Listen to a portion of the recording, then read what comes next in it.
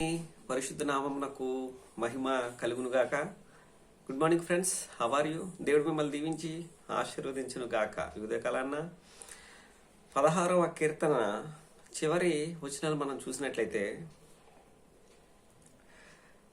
నా శరీరము కూడా సురక్షితముగా నివసించుచున్నది, ఎందుకనగా నీవు నా ఆత్మను పాతాళంలో విడిచిపెట్టవు, నీ పరిశుద్ధుని కుళ్ళు పట్టనీయవు, జీవ మార్గమును నీవు నాకు తెలియజేసేదవు, నీ సన్నిధిని సంపూర్ణ సంతోషము కలదు, నీ కుడి చేతిలో నిత్యము సుఖములు కలవు అంటున్నాడు.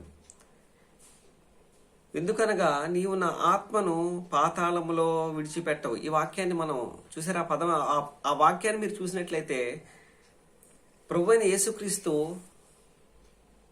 ఈ భూమి మీద ఉన్నారు, స్వార్థ పరిచర్య, ఆయన సేవ చేశారు, ఆయన చనిపోయారు.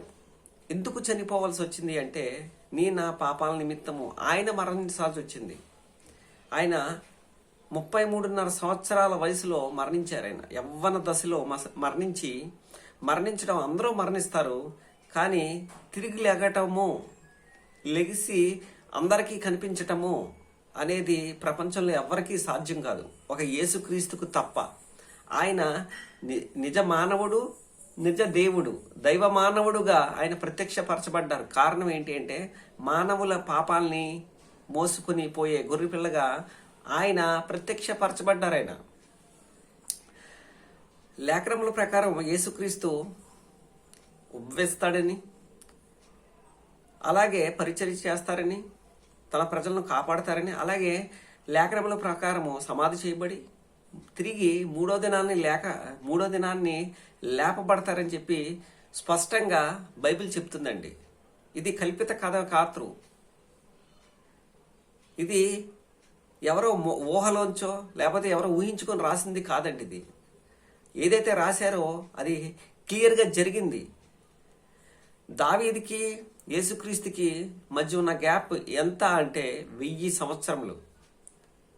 ఆ 1000 సంవత్సరాలకు ముందే యేసుక్రీస్తుకి జరగబోయే సిచ్యువేషన్ని, జరగబోయే మరణ పునరుత్థానాల్ని చెప్పేస్తున్నాడు దావీదు ఆత్మ కలిగి. ఏం చెప్తున్నాడంటే, నీ పరిశుద్ధుని కుళ్ళు పట్టనీయవు. అయితే దావీదు చనిపోయాడు, కుళ్ళిపోయాడు, కానీ ప్రభువైన యేసుక్రీస్తు నా పాపాల నిమిత్తం మరణించి 3వ దినాన్న ఆయన తిరిగి లేచారు, పునరుద్ధానుడయ్యాడు.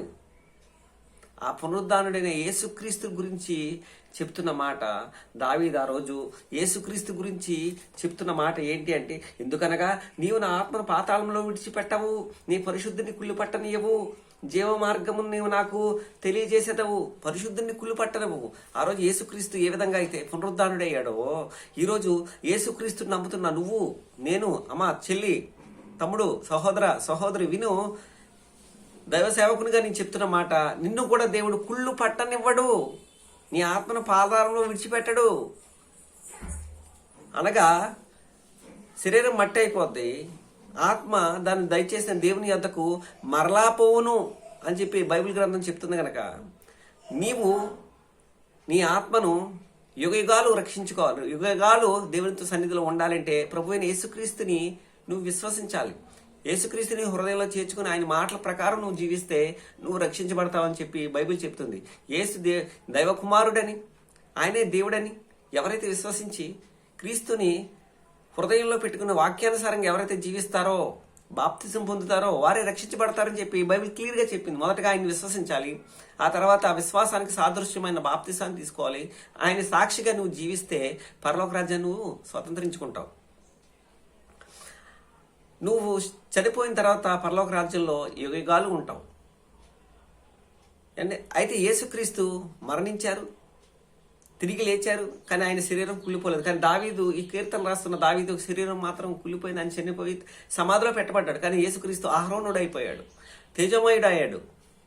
కనుక యేసుక్రీస్తుని విశ్వసించినట్లయితే నేను కూడా మనం ఒకరోజు చనిపోయిన తర్వాత మనం నిత్యము బ్రతికే పరలోక రాజ్యానికి మనం వెళ్ళగలుగుతాం. ఎవరి ద్వారా అంటే ప్రభు అయిన యేసుక్రీస్తు ద్వారా. ఆయన మనకు సాదృశ్యంగా ఉన్నాడు. ఏ విధంగా ఆయన మరణించి తిరిగి పునరుద్ధారుడై లేచి ఏ విధంగా ఆరోహణుడై అయిపోయాడో పరలోకానికి, ఆయన యందు విశ్వాసం ఉంచి ప్రతి వాడు కూడా నశించక నిత్య జీవంలోకి దాటి ఉన్నాడని చెప్పి బైబిల్ చెప్పి ఉంది. ఆయన యందు విశ్వాసం ఉంచడమే నిత్య జీవితం. ఎప్పుడైతే ఈ లోకాన్ని నువ్వు వదిలిపెడతావో, లోకాన్ని నువ్వు వదిలిపెట్టి ఆ ఉన్నతమైన స్థితికి రాజ్యానికి వెళ్ళబోతున్నావో, అప్పుడు నువ్వు యేసుక్రీస్తు చెప్పిన మాటలు అప్పుడు నీకు అనుభవంలోకి వస్తుంది. యేసుక్రీస్తు చెప్తున్నాడు, నేనే మార్గము, నేనే సత్యము, నా యందు విశ్వాసం ఉంచి వాడే నిత్య జీవం గల. ఆయన యందు విశ్వాసం ఉంచుతాం. మనం మరణించిన తర్వాత యేసుక్రీస్తు రాజ్యంలో సదాకాలం ఆయనతో ఉందాం. ఈ దేవుని మాటలు ఈ ఉదయకాలన్నా వింటున్నా నువ్వు నేను యేసుక్రీస్తు మార్గంలో నడుద్దాం. దేవుడు మిమ్మల్ని దీవించి ఆశీర్వదించును గాక. ఆమేన్. దేవుడు మిమ్మల్ని సదాకాలం దీవించును గాక. God bless you each and everyone. Thank you.